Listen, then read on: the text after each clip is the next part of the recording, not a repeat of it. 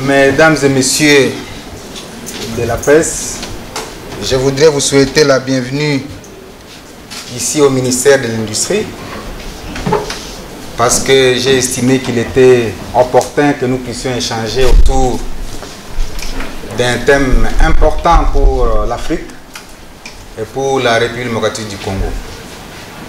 Comme vous le savez, depuis un certain temps, le président de la République lui-même est en tournée et aujourd'hui il est à Glasgow pour participer à la COP 26 parce que tout simplement l'Afrique et particulièrement la République démocratique du Congo est au centre des débats, au cœur de la transition écologique et énergétique.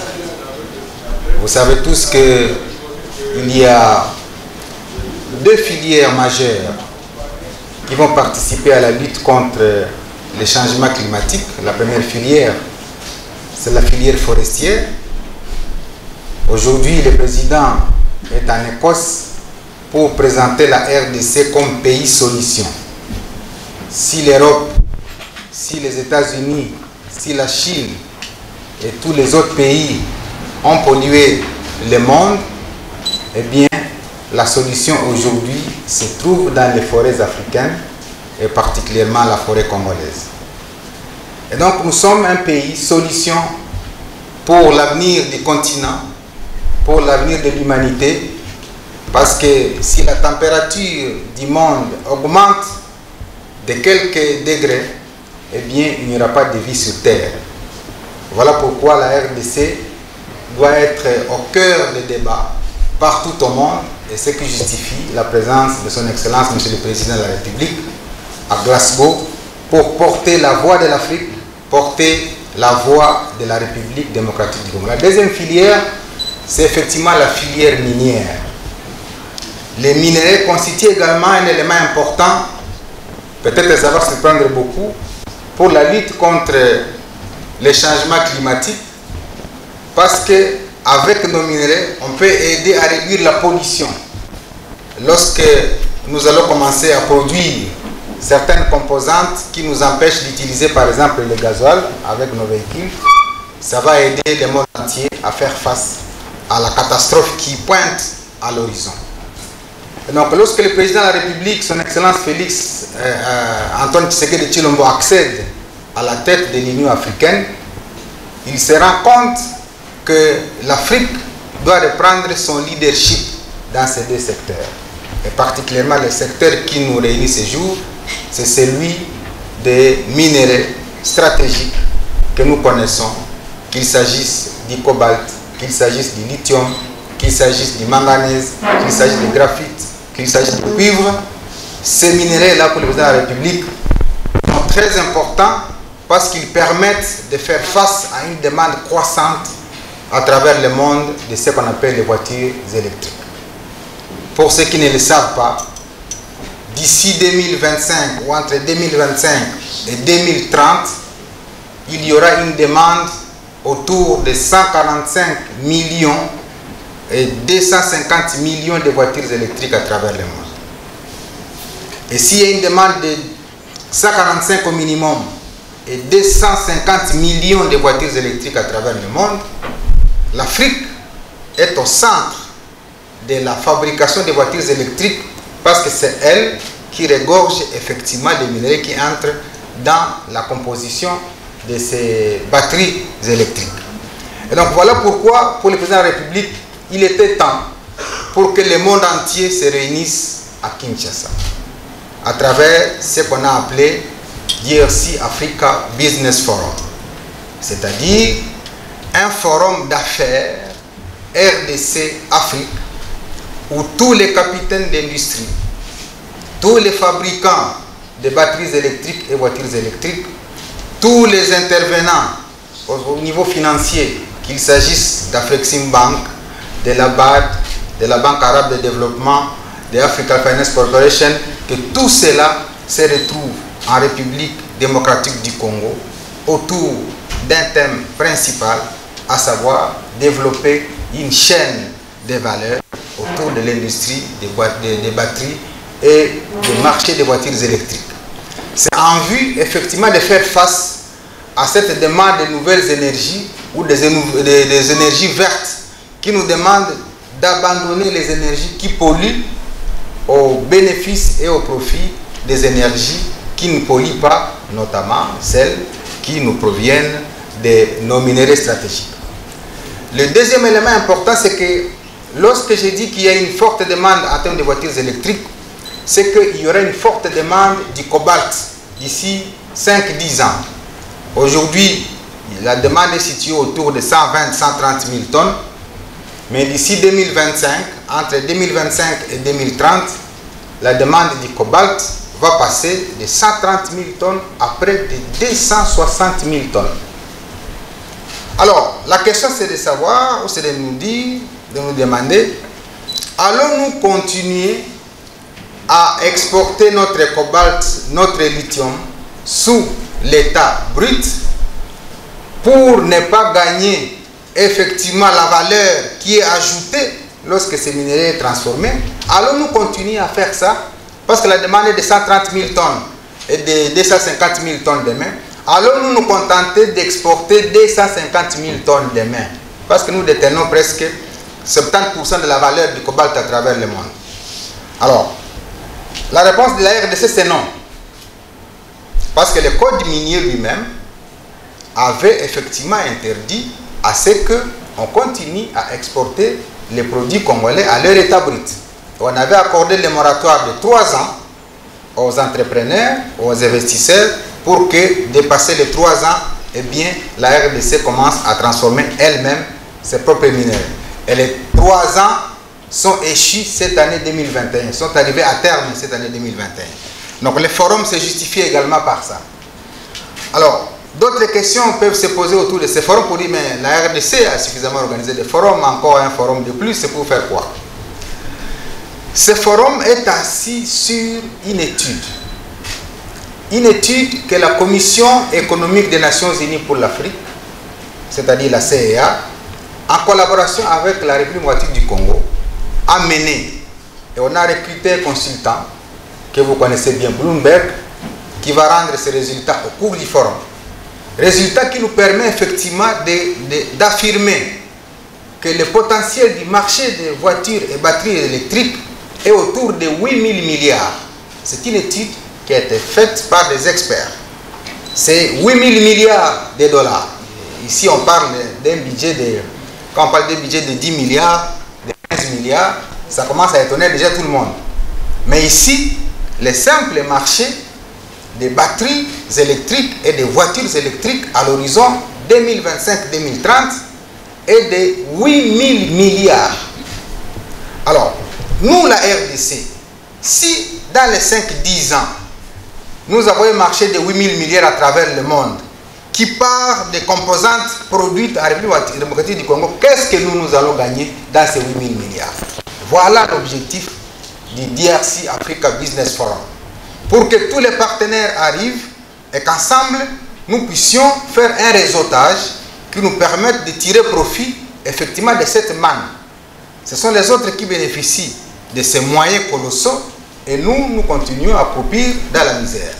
Alors, les pays africains vont se réunir ici autour du président de l'Union africaine, qui est le président de la RDC, Félix Antoine Tshisekedi, et qui sont aussi dans la chaîne des valeurs. Alors, la chaîne des valeurs, c'est un mot qu'il faut expliquer parce qu'il ne faut pas continuer à dire chaîne de valeurs, chaîne de valeurs. Chaîne des valeurs, c'est-à-dire il faut créer une valeur à nos ressources. Lorsqu'elles sont dans leur état, tel que nous les exportons maintenant, elles n'ont pas de valeur.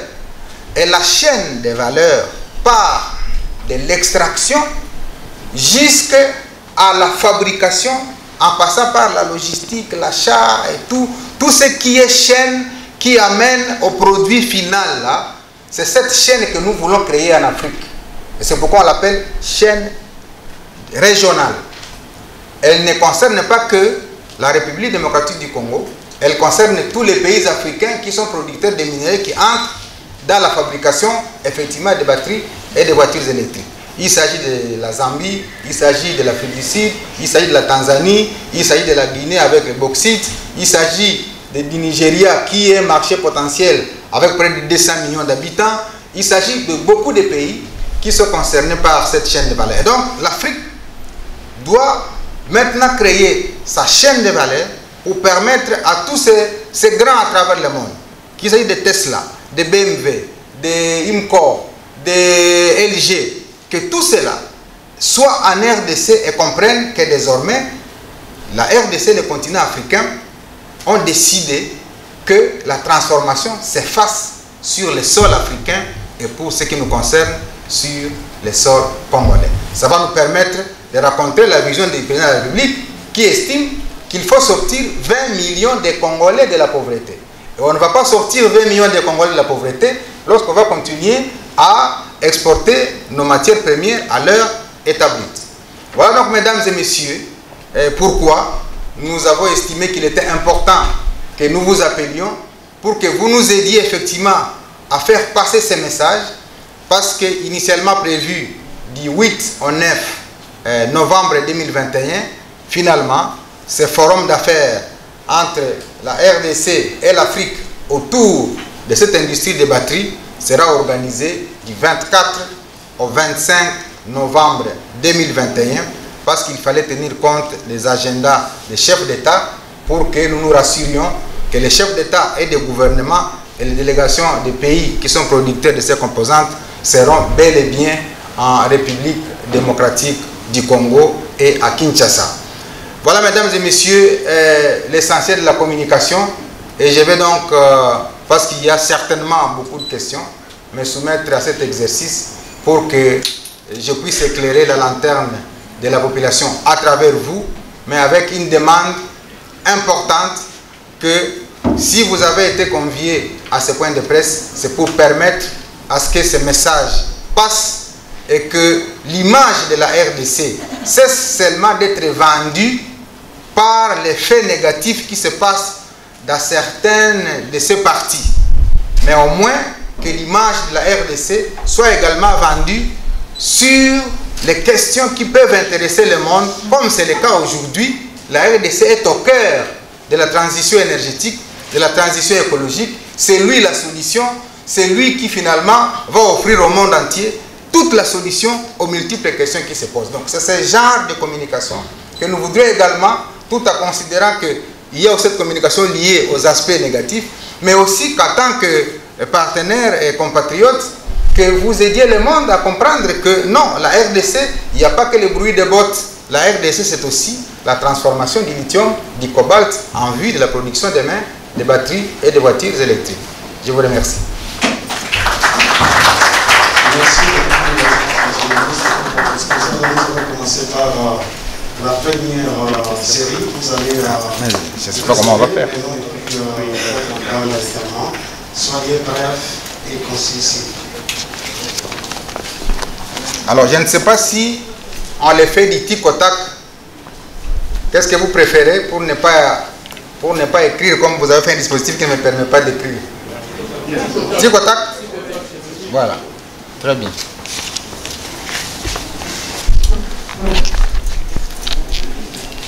Bonjour, monsieur le ministre. Paulette Kimontou, journaliste indépendante. C'est vrai que vous nous parlez du lithium, vous nous parlez des minerais, vous nous parlez de tout. Que le Congo est aujourd'hui la solution, mais nous faisons partie du problème aussi parce que nous n'avons pas de source de production d'électricité. Comment on peut transformer nos minerais sans courant électrique? C'est vraiment une grande question. Sans courant électrique, il n'y a pas de cuisine.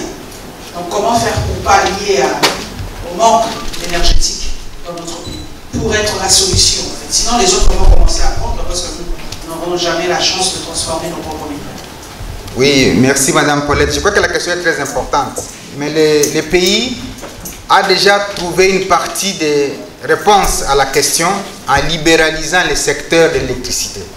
À l'époque où c'était la SNEL qui avait le monopole, il n'y a que lui qui pouvait avoir des entreprises de production d'énergie électrique. Je vous donne un exemple. J'ai été gouverneur du Nord Kivu pendant 12 ans et j'ai eu à piloter certaines actions des microcentrales hydroélectriques. Aujourd'hui, la ville de Goma est alimentée par une microcentrale qui vient de Rutshuru, à 80 km de Goma.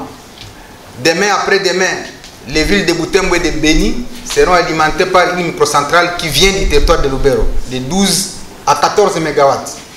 Dans l'espace Katanga, il y a la centrale de Busanga qui va nous produire bientôt, je crois dans les mois qui suivent, 240 MW. Donc, avec la libéralisation du secteur de l'électricité, il est maintenant possible que chaque opérateur économique s'investisse dans ce secteur. Et c'est là aussi l'appel que nous lançons à nos opérateurs, même nationaux. Il y en a qui ont des millions, mais qui préfèrent aller les thésauriser dans les banques à l'étranger, alors qu'ils peuvent créer leur propre microcentrale hydroélectrique au Congo et commencer à percevoir jusqu'à la fin de leur vie de l'argent. Et le gouvernement a offert ces opportunités-là aux opérateurs congolais. Donc, nous avons, à travers le gouvernement, trouvé une partie des réponses à ça, mais la grande partie de la réponse se trouve dans la centrale hydroélectrique d'Inga. Inga, lorsque vous lisez le plan directeur d'industrialisation, qui a 6 composantes, la composante énergétique nous prend 22 milliards de dollars, parce que le plan lui-même est de 58 milliards de dollars. Les gens se disent, mais vous êtes en train de rêver. Comment vous qui avez un budget difficilement de 4-5 milliards, vous devez avoir un plan de 58 milliards. Moi, j'ai dit, mais non. L'Europe, après la Deuxième Guerre mondiale, s'est construite par le plan Marshall. Ce n'est pas l'argent de l'Europe. Donc, il y a lieu de lever des fonds à travers le monde et tous les États du monde n'évoluent jamais en vase clos. Vous avez suivi bientôt, il y a quelques jours, le président de la République a participé à l'Expo Dubaï, qui a réuni 3000 personnes à Dubaï. Tout ça pour lever effectivement des fonds à travers ce qu'il y en a. Il y a des milliards qui dorment dans les banques quelque part, mais qui manquent de projets. Et le problème de la RDC, et c'est ça l'innovation du gouvernement de Warriors, c'est qu'on n'a pas d'études.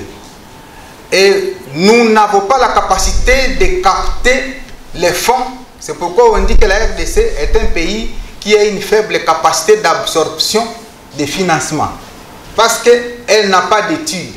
Et le gouvernement de Warriors a inscrit les études parmi les priorités à faire pour que nous disposions des études bancables qu'on peut commencer à vendre à n'importe qui, y compris les opérateurs économiques locaux. Voilà donc, madame, la partie des éléments de réponse à votre préoccupation qui est très pertinente, fondamentale, de laquelle l'industrialisation est conditionnée, bien entendu.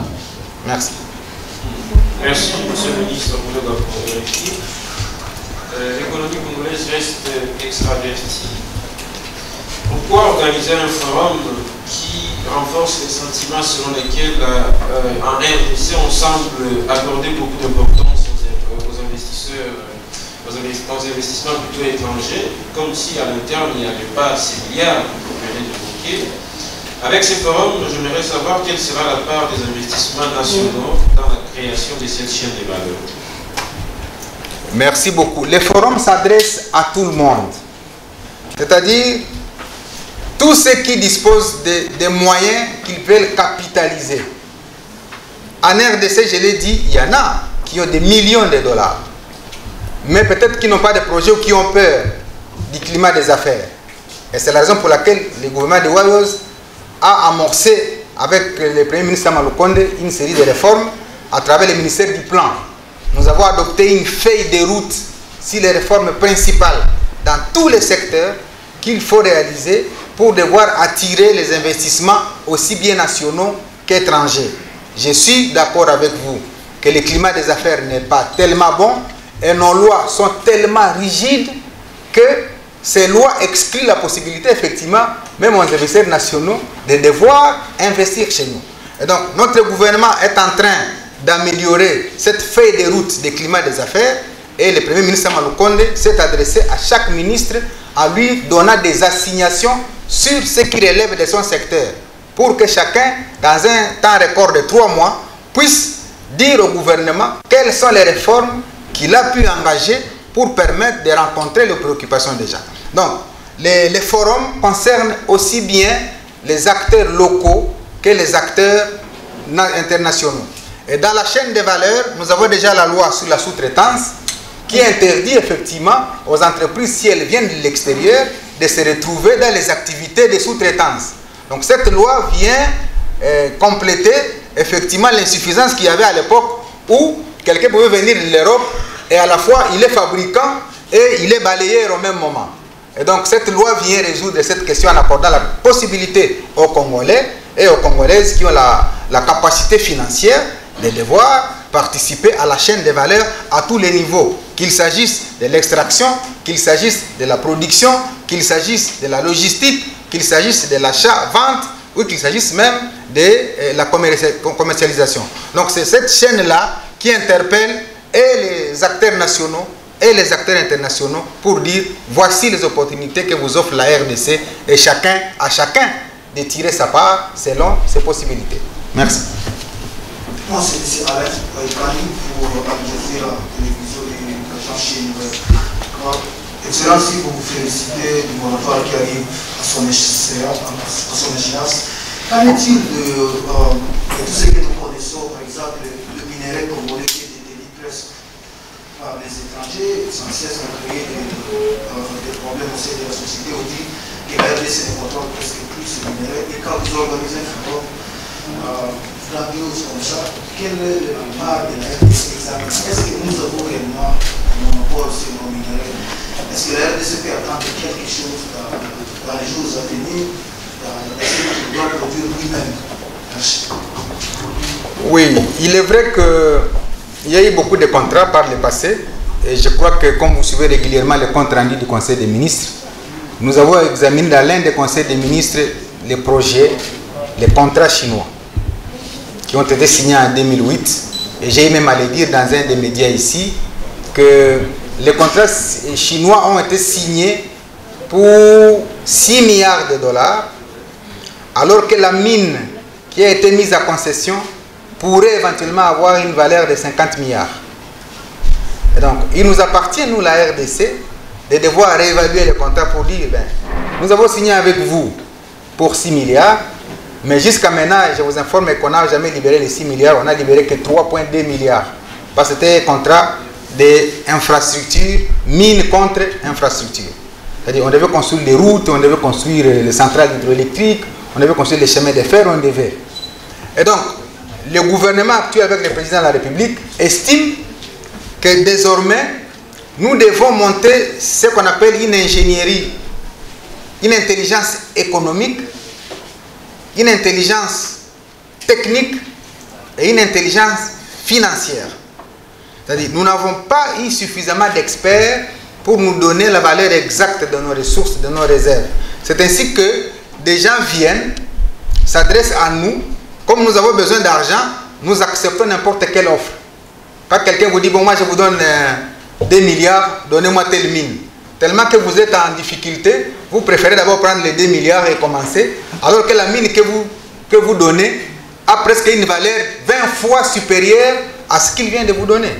Et donc, notre gouvernement ne voudrait plus engager ce genre de contrat. Et c'est pourquoi il recourt effectivement à des experts qui ont une capacité de nous permettre d'évaluer nos ressources, je l'ai dit, pour qu'on sache réellement l'ensemble de nos ressources congolaises est estimé à combien. D'autres disent que c'est 24 000 milliards. D'autres les disent comme ça. Alors, si nous avons 24 000 milliards, alors qu'il est vrai qu'on peut se dire, donc il n'est pas difficile de lever 1000 milliards. Et donc, si on lève 1000 milliards, c'est toute la pauvreté qui est chassée. Alors, nous devons cesser de nous plaindre Parce que la RDC a une spécificité, c'est que et les politiques, et la population, et tout le monde, nous nous plaignons. Donc, alors, et quand d'autres pays se développent, on commence à dire, mais voilà, tel pays s'est développé, mais nous, pourquoi nous aussi, on ne fait pas comme eux? C'est ça l'appel que le chef de l'État a fait au gouvernement Sama Lukonde pour dire, cessons de pleurnicher, cessons d'accuser les autres, mais nous aussi, commençons à pouvoir innover. Et les DRC Business Forum, c'est cette occasion qui permet à la RDC de dire non.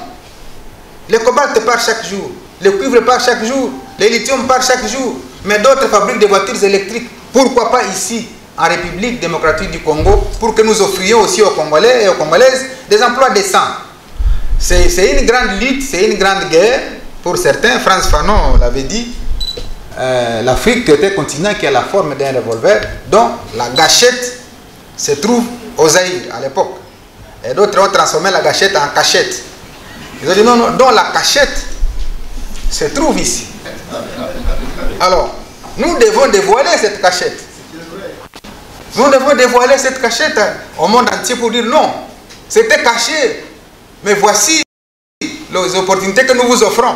Mais dans un contrat gagnant-gagnant, vous avez gagné depuis 60 ans vous-même, mais cette fois-ci, nous, la RDC, nous voulons aussi gagner. C'est ça les DRC Africa Business Forum. Gagnons ensemble. Vous avez pris, vous vous êtes construit, la Belgique pendant 80 ans, elle a pris, les États-Unis pendant autant d'années, ils ont pris. Ok, merci Belgique, merci France, merci États-Unis, vous êtes développés, mais permettez aussi que nous aussi, on goûte aux fruits du développement comme vous l'avez été. Comme ça, nous sommes sur les mêmes pieds d'égalité de développement. Et comme nous sommes au cœur du continent, nous allons être la locomotive du continent africain. Et le président Félix Tshisekedi s'est dit, eh bien, comme il a été élu à la tête de l'Union africaine, il ne va pas céder le pouvoir en 2022 sans avoir repris le leadership du continent africain en tant que RDC. C'est l'essence de ce business forum. Merci. Merci, monsieur le ministre. C'est Jean-Pierre Kana, télévision. Je crois une partie de ma question, pour l'être qui l'a déjà prise. Mais je vous pose encore des questions. Vous parlez d'électricité, on a libéré le secteur. Aujourd'hui, les taux ou les ratios des certes ne dépassent pas 6% sur l'ensemble du pays.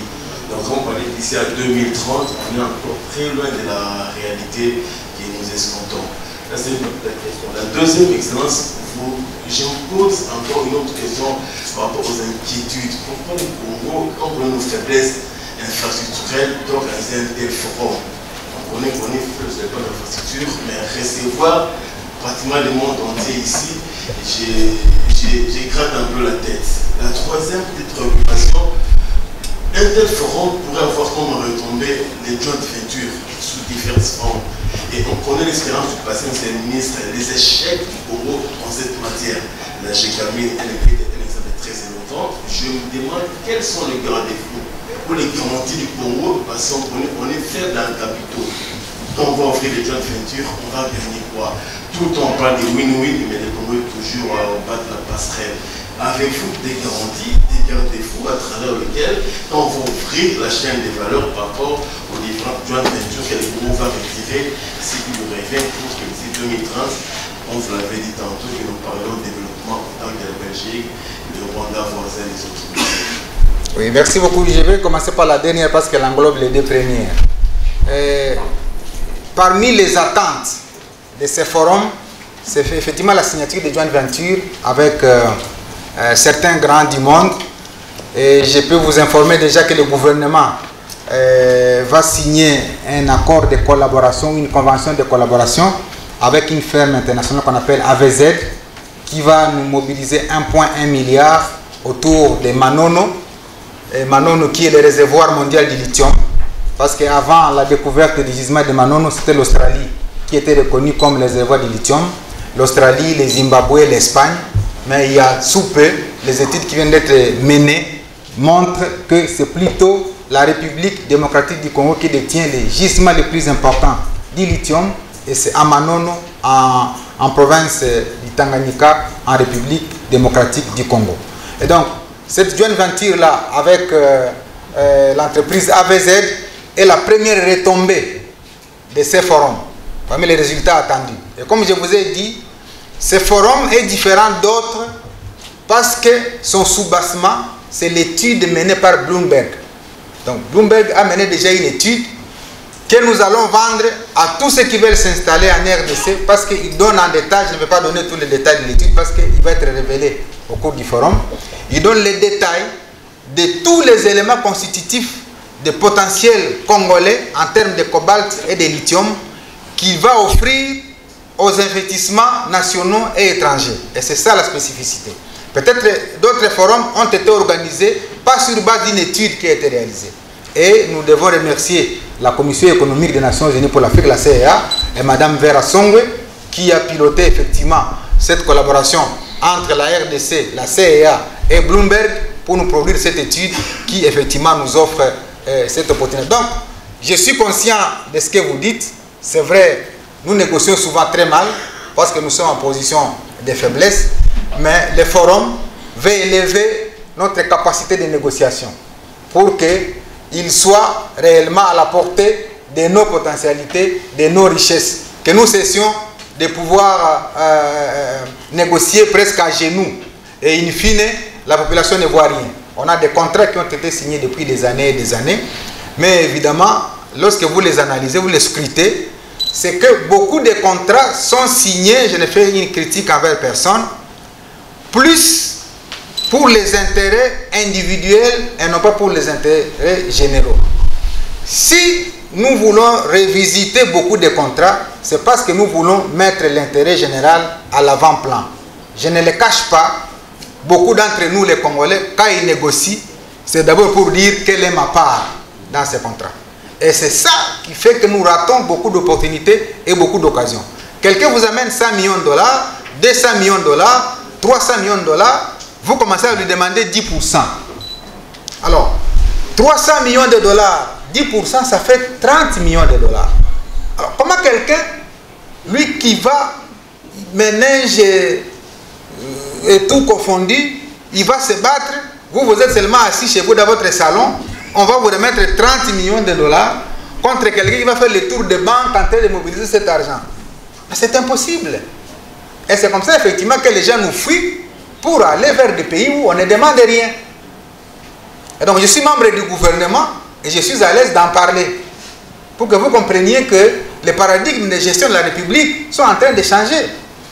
En tout cas, vous pourriez envoyer des investisseurs me donner l'argent et revenir chez vous pour dire oui, il a accepté. Pour voir si je prendrai. Donc nous sommes quand même une génération nouvelle qui a besoin quand même de voir ces pays d'ici 2030-2040 aussi se développer. On ne peut pas être dans un pays où on pense tout le temps qu'il n'y a pas d'intelligence, qu'il n'y a pas de gens. Tout le monde, nous cherchons à vivre sur les dollars qu'on peut nous donner. Moi, on peut me donner 100 000 dollars, 200 000 et 1 million. Mais ça va me servir seul. Mais si nous permettons qu'à 2-3 entreprises de s'installer ici, ça donne 3 000 emplois, 4 000 emplois, les Congolais se retrouvent, la richesse est créée et le pays sort de son immobilisme. C'est ce qui importe. Donc je crois que le pays est en train de migrer vers d'autres paradigmes de sa gestion. C'est difficile de croire parce que l'État qui se sont installés depuis 60 ans, on ne peut pas les évacuer en 2 mois, en une année. Non, on va les évacuer petit à petit. Donc, ne pensez pas que vous ne verrez plus les comportements que je suis en train de décrire. C'est des comportements qui sont ancrés et dans vous et dans nous. Donc, on doit quand même commencer à en parler publiquement pour que les gens sentent que nous sommes engagés. Parce que si on n'en parle pas, les gens ne sentiront pas que nous sommes engagés.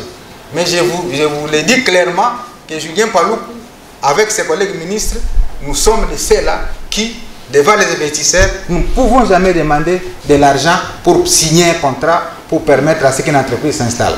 Et c'est pourquoi vous voyez les gens se bousculer, effectivement, au ministère, parce qu'il n'y a jamais eu d'argent de part de Julien Paluku qu'on peut demander, parce que nous avons des instructions claires. L'important pour nous, c'est de sortir des millions de Congolais. La question de l'électricité, elle est importante, et je suis revenu sur ça. Mais la libéralisation, telle que je l'ai dit, nous interpelle nous tous. Bon, pas plus tard qu'il y a quelques minutes, il n'y avait pas d'électricité dans cette salle, c'est pourquoi on a pu traîner quelques minutes. C'est déjà un problème.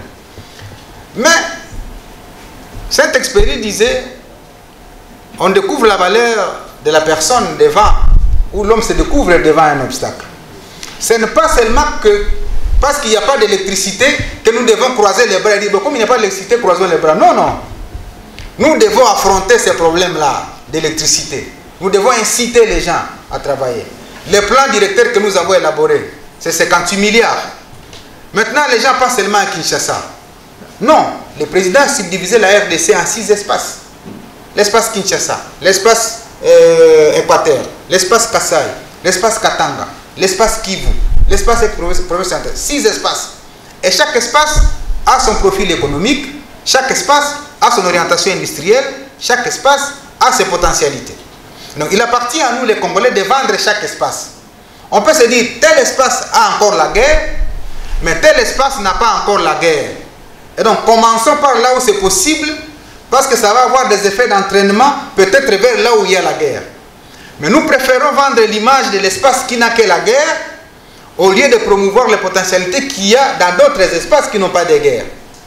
Et donc, au niveau du gouvernement, c'est la stratégie que nous voulons impulser pour que des espaces tels que je viens de les citer ici commencent leur développement et aient des effets d'entraînement sur d'autres espaces en créant des pôles économiques. Parce que Kinshasa ne doit pas rester le seul pôle économique de la RDC. Nous devons avoir 6 pôles économiques de la République, c'est qu'il s'agisse de l'Équateur, de l'ex-province occidentale, du Kasaï, du Katanga, du Kinshasa, du Kivu, etc. Voilà donc brièvement ce que je peux dire à votre poste. Mais ensemble, je nous invite à pouvoir soutenir CDRC Africa Business Forum, de croire à la prospective, parce que très peu de Congolais croient à la prospective, très peu de Congolais croient à 2030, 2040, 2050, et c'est tout à fait normal parce que chacun veut manger d'abord aujourd'hui avant de voir 2030. Alors, le fait de chercher seulement à manger aujourd'hui avant de voir 2030, parfois nous empêche de réfléchir. Alors, mais vivons parce que naturellement, personne n'est jamais mort de faim, naturellement.